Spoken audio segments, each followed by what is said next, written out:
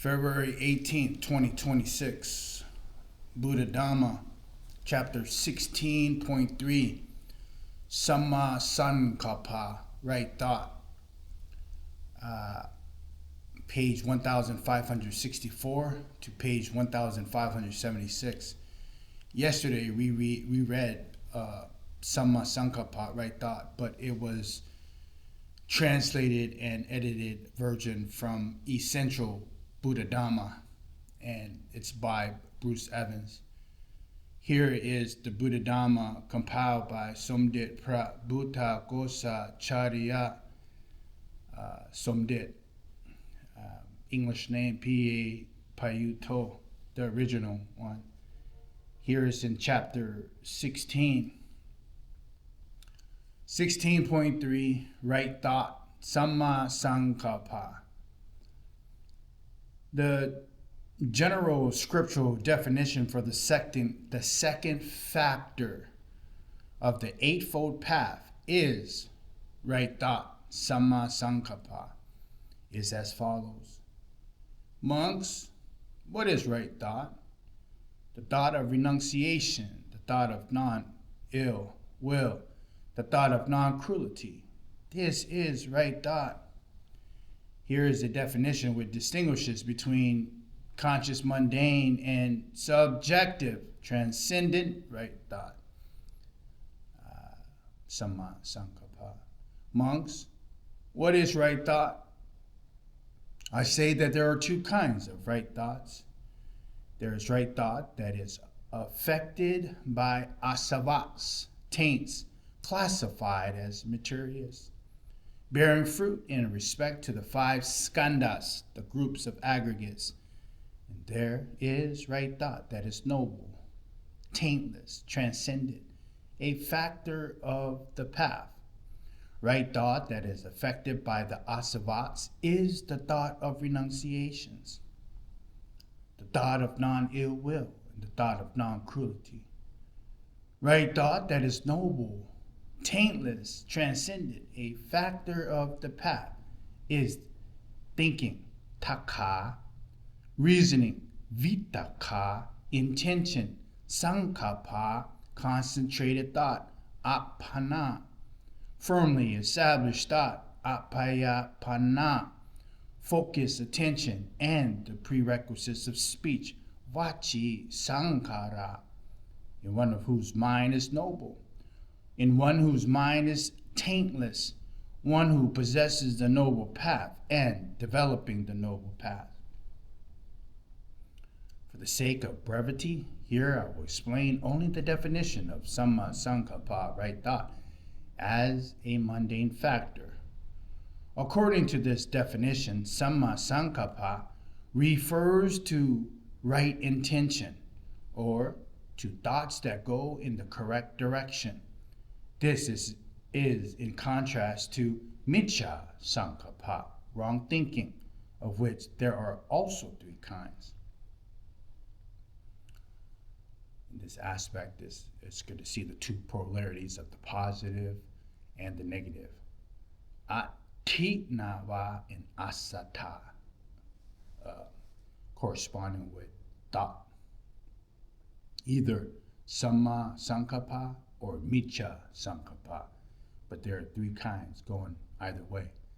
First, thoughts of sensuality, kamma-saṅkappa, kamma-vitaka, thoughts tied up with sensuality, thoughts that are a part of the search for the preoccupation and gratifying sense objects or with things to satisfy tanha and upatana, craving and clinging, selfish thoughts. Such thoughts are marked by greed or lust. Second, thoughts of ill will, appayata-saṅkappa, payapata vitaka, thoughts accompanied by anger, aversion, indignation, and displeasure, to see things in negative light, to see others as adversaries, to see external things as some source of irritation. Such thoughts are marked by hatred, in the sense of one being the victim of impingement. This is the opposite quality of friendliness. The third is thoughts of cruelty, sammā-saṅkappa, vihimsa-vitakka, thoughts of oppression, harm, injury, abuse, and destruction, the wish to disturb and violate others, the wish that others experience suffering and distress. Such thoughts are marked by hatred in the sense of actively instigating conflict. This quality is opposite to compassion, which is karuna. Such thoughts and intentions are common among people. This is because when unawakened person experiences a sense impression, for instance by seeing a visual form or hearing a sound, one of the two feelings generally arise.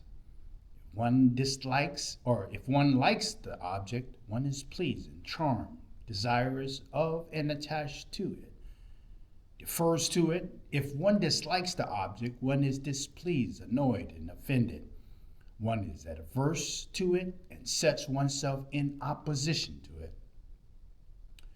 From here, various thoughts occur in line with and following the momentum of these likes and dislikes. For this reasons, the thoughts of unawakened persons are usually biased, they're obstructed and influenced by pleasure and displeasure, making it impossible to see things as they really are. Thoughts resulting from pleasure and gratification lead to attachment and entanglement.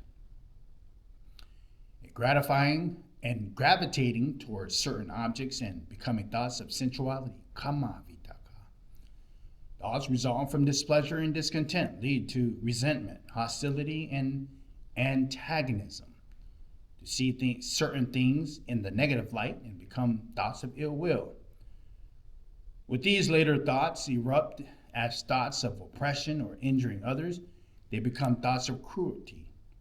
All these wrong thoughts give rise to incorrect viewpoints and incorrect course of intention. Biased thoughts, distorted opinions, and obstructive viewpoints originate due to the initial lack of systematic reflection. One looks at things superficially, receiving sense impressions without mindfulness and clear awareness. One of them allows thoughts to flow according to feelings and according to reasoning driven by likes and dislikes. One does not analyze the various factors involved in various phenomena and investigate the participating causes and conditions. And conforming to the principles of systematic reflection, miccha titi, wrong view, the failure to see things as they truly are, leads to sammā-saṅkappa, wrong thought, wrong thinking, wrong intentions, and distorted outlook on things. Conversely, wrong thinking leads to miccha titi, wrong view. These two factors support and reinforce each other. To see things clearly as they truly are requires systematic reflections. Thoughts must be free and independent without the detrimental influence of preferences, attachment, and aversions. To enable this, one must possess both sammā-titi and sammā-saṅkappa. One must possess right view and right thought. These two factors must be mutually supportive, just as in the case of incorrect understanding and thinking. Systematic reflection fosters sammā-titi, right view. When one discerns things correctly, sammā-saṅkappa, right thought, in regard to the things arise naturally, without biases, attachment, or aversion. When one is able to think objectively, free oneself from likes and dislikes, from preferences and aversions. One sees things clearly as they are. Sammā-titi, right view, is enhanced. This way, these two factors continue to support one another. Sammā-saṅkappa, right thinking, the opposite of miccha saṅkappa, wrong thinking, refers to the state of mind in which there is independent thought and analytical reflection, free from biases, either as attachment or aversion. There are three kinds of sammā-saṅkappa, right view or right thought. The first kind is nikkhamma-saṅkappa, nikkamma-vitakka, thoughts of renunciation, thoughts free from greed, thoughts free from sensuality, unpreoccupied with objects gratifying desire, non-selfish thoughts, thoughts of relinquishment, the entire range of wholesome thinking. The form of thought is classified as thought free from lust or greed. The second kind of right thought is sammā-saṅkappa or apayapa-vitaka. These are thoughts of non-ill will, thoughts free from anger, hatred, aversion, and negativity. In particular, this refers to the opposite qualities to ill will. To have thoughts of loving kindness, well-wishing, and friendliness, the wish for others to be happy. This form of thought is classified as free thought from hatred. The third kind of thought, of right thought, is thoughts avihimsa-saṅkappa, avihimsa-vitaka. Thoughts of non-cruelty, thoughts free from oppression, free from the intention to harm or injure. In particular, this refers to the opposite quality, to have compassion, the wish to help others, be free from suffering. This form of thought is similarly classified as the thought free from hatred. In the context of Buddha Dhamma, when referring to a wholesome or virtuous quality that stands in contrast to the unwholesome or negative quality, instead of using an opposite, a positive or negative term, more often the negating term is used. This leads someone to think that Buddhism is a negative or passive teaching. It teaches that goodness is merely a abstention from the bad actions and abiding in a state of passivity. In the above context, miccha titi, wrong, or miccha saṅkappa, wrong thinking, is defined as thoughts of ill will, but sammā-saṅkappa rather can be specifically defined as loving thoughts, is defined as thoughts of non-ill will, a negation of wrong thinking. I will address the misunderstanding that Buddhism is a negative or passive teaching at more length below. But allow me to offer 3 short explanations here refuting these charges. The first, the Eightfold Path emphasizes wisdom. Its goal is realization of the truth. It does not give sole importance to the stage of immortality. One should recognize that sammā-saṅkappa is the path factor to wisdom, not of morality. The principle of right thought, which encourages people to abstain from ill will and to cultivate loving kindness, does not aim merely at establishing virtuous conduct or refrain from killing and persecution or of mutual assistance. It aims primarily at generating non-biased thinking, not influenced, for example, by hatred in order for the thinking process to be free and unobstructed. Following in line with truth, in this way there arises correct and undistorted understanding. The best way to explain right thought is thus through negation, as free from greed, ill will, and cruelty. In the act of thinking or contemplating, if one is able to abstain from thoughts of covetousness and ill will, or the wish to harm or injure others, the thought process will be pure and is likely to accord with truth. The second way to explain is according to the Pali grammar. In some cases, the negating prefix a is added here as comprehensive meaning, referring to both the specific opposite of the word in question and to anything that is distinct from the quality being discussed, in the sense of not this or the absence of this. In another case, it refers specifically to the opposite of the word in question. The term akusala, for example, does not mean not wholesome, which could refer to intermediate or neutral factors, neither good nor bad, but refers specifically to that which is unwholesome and opposite to the wholesome. The term amita does not refer to a neutral person, someone who is not a friend, but specifically to an enemy. In the context of right thought, however, the negating prefix a is comprehensive, referring to both the opposite and to whatever the distinct from the quality in question. The term sammā-saṅkappa refers to both loving kindness, which is the opposite to ill will, and pure, non-biased thoughts free from ill will.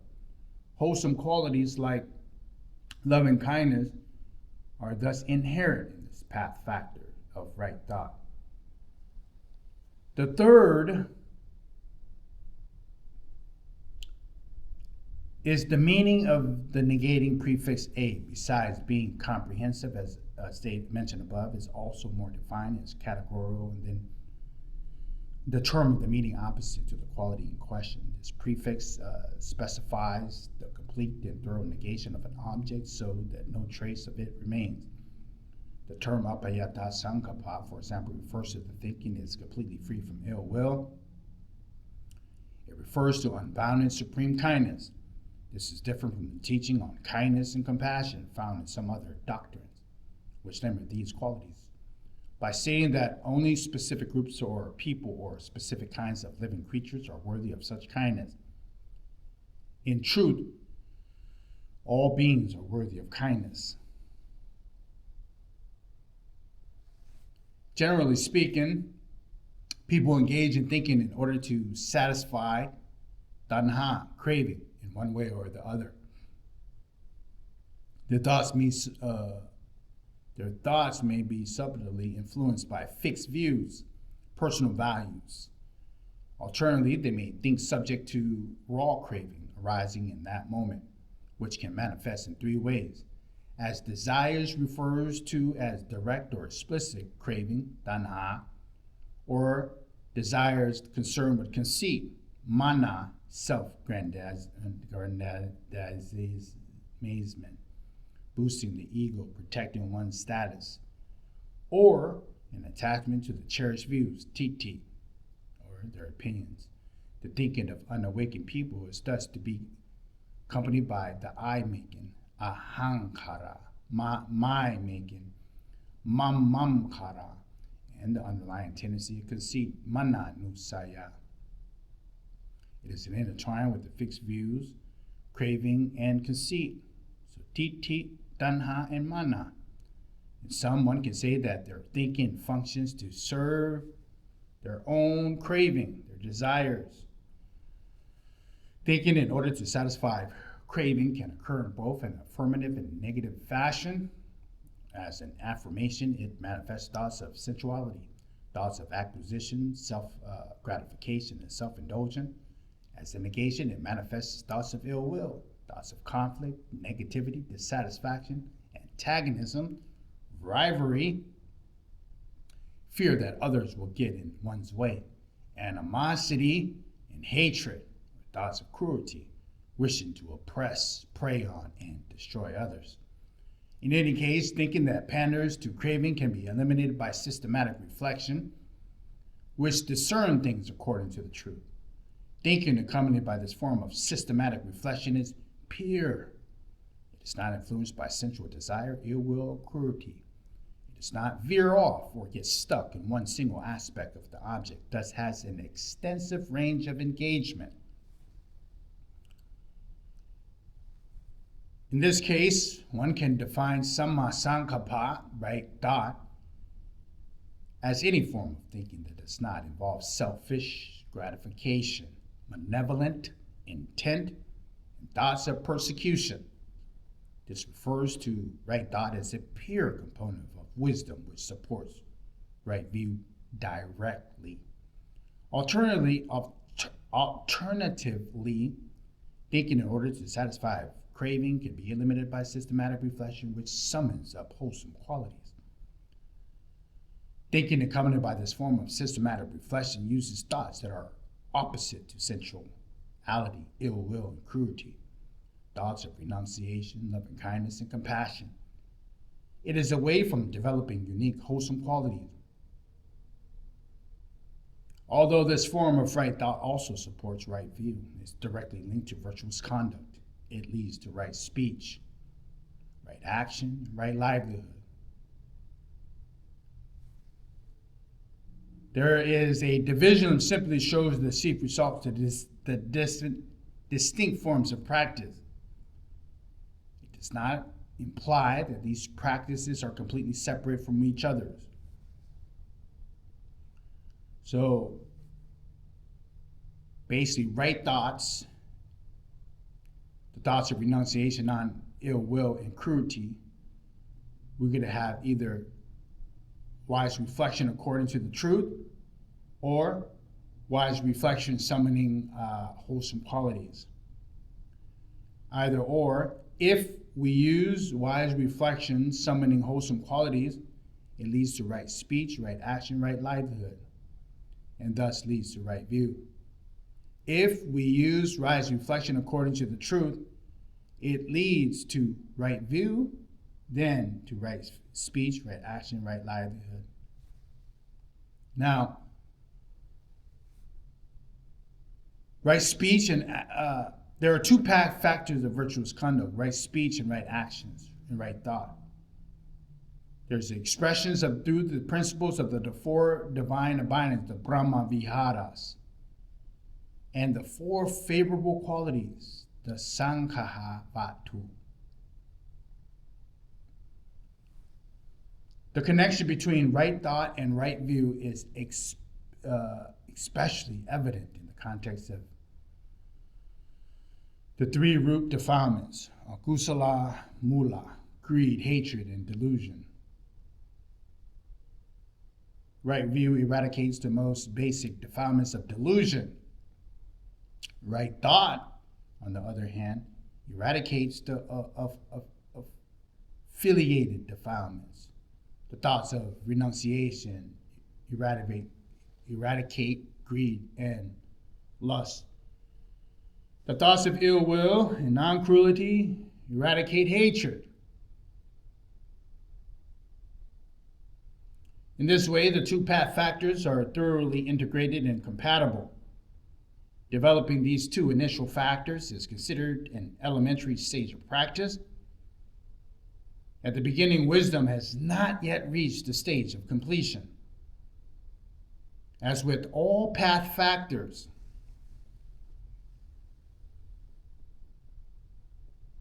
it's considered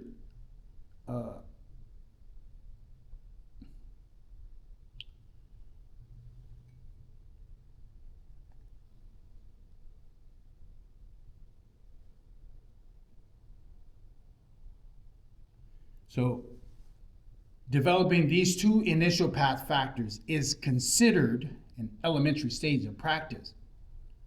At the beginning, wisdom has not yet reached the stage of completion.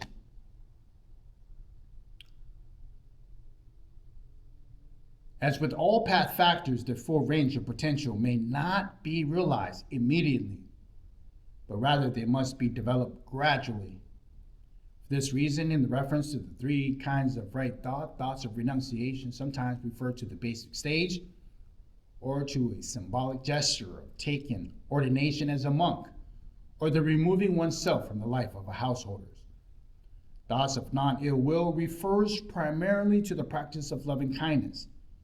Thoughts of non-cruelty refers primarily to the practice of compassion. Granted that the wisdom a person develops here may be an expression of right view, of seeing things according to the truth, but it is not yet pure and free. It is not yet a complete realization. Completion is reached at the stage of equanimity, which is based on concentration, applied concentration. Moreover, even loving kindness, a virtue, can be developed in initial stages of spiritual practice. It's not yet as simple as people may commonly think. What people normally refer as love, in most cases, is not true loving kindness. Let us review some basic principles in relation to loving kindness. Metta may be defined as friendliness, love, well-wishing, sympathy, mutual understanding, a wish for others to be happy, or a desire to foster well-being for all living creatures. Loving kindness is an impartial quality, both in terms of the person's expressing the love and the person who receives the love. Love should be mutual between subordinates and superiors, the rich and the poor, beggars and millionaires, high class and low class, the laity and the ordained sangha. Loving kindness is the first step in building a healthy relationship between people. It leads people to see one another in a positive light, to express care for one another, and to exchange ideas in reasonable manner. People then do not base their actions on selfish or aversion. Loving kindness, along with other sublime states of mind, the Brahma Viharas, is said to be an attribute of a superior person. Here the term Brahma is defined as one who is superior. The states of mind thus belong to one who is excellent, whose heart is expansive, who is noble by way of virtue. This differs from how people generally judge a great person. Buddhism teaches that all people should cultivate and possess four sublime states. Alleviating and broadening their minds, many people believe that these qualities preserve of leaders in the community. Although it is a limited understanding. One can say that emphasizes responsibility. Granted, everyone should develop the divine abundance. But leaders in particular, being role models, should excel in these qualities. But if people hold on to the belief that it is only the responsibility of leaders or of great people to develop these qualities, this will lead to a distorted understanding.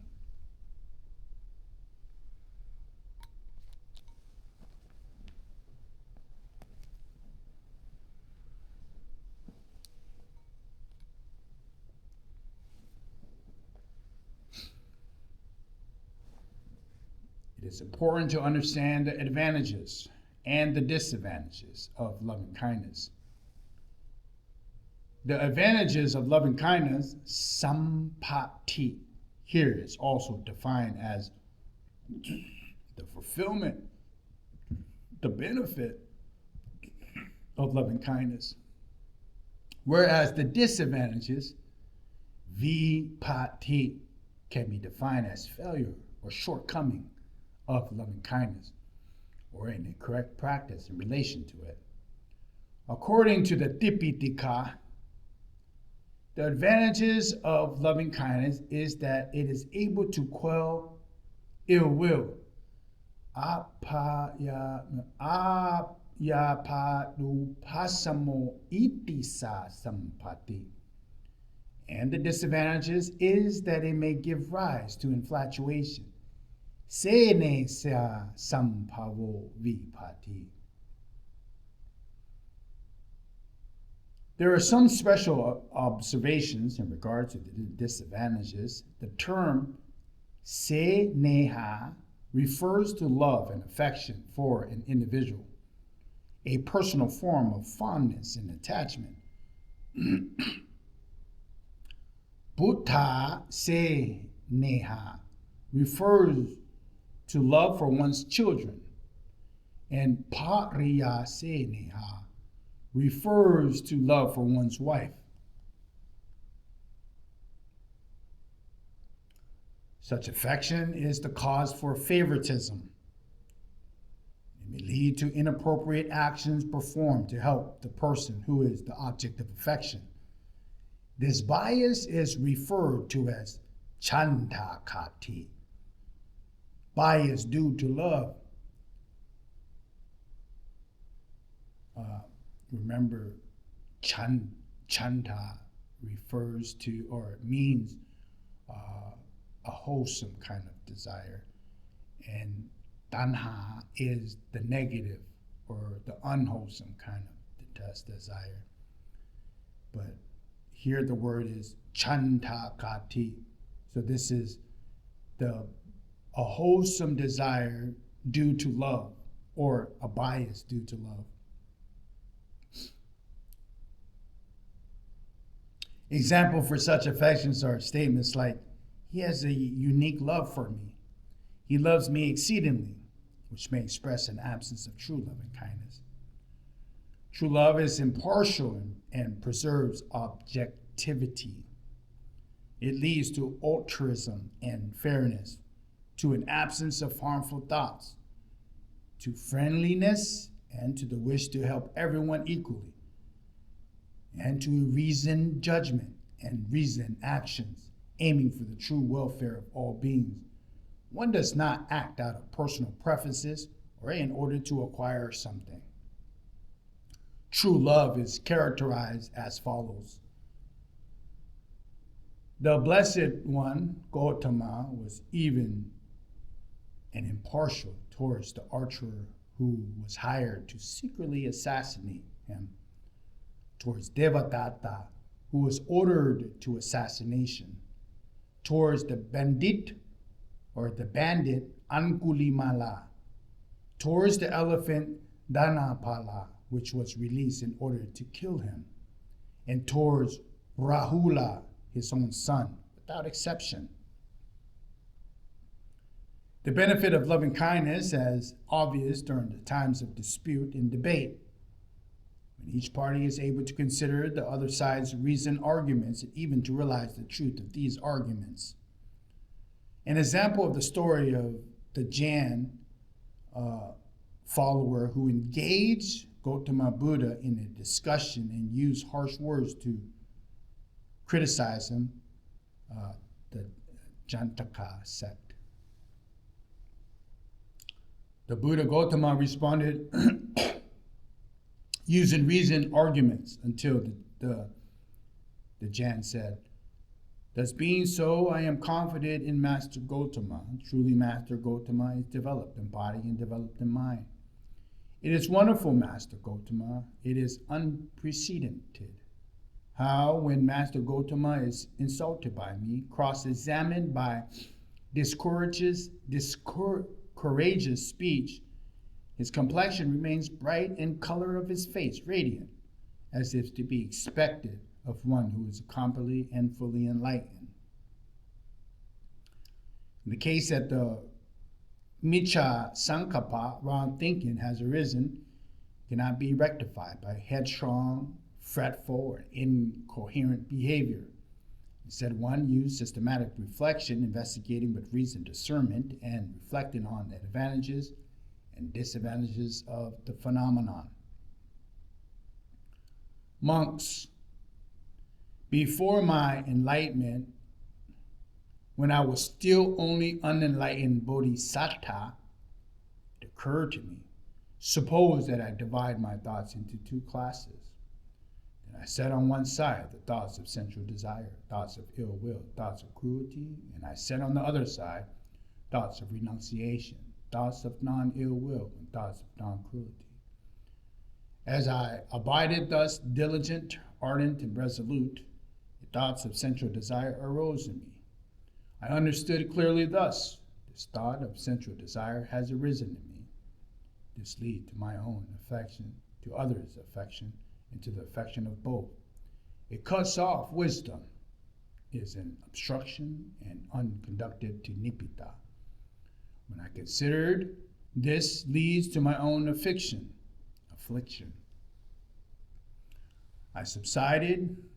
It subsided in me when I considered this leads to others' affliction. This leads to the affliction of both. It subsided in me when I considered this cuts off wisdom. It's an obstruction and is unconducted to nibbita. It subsided in me.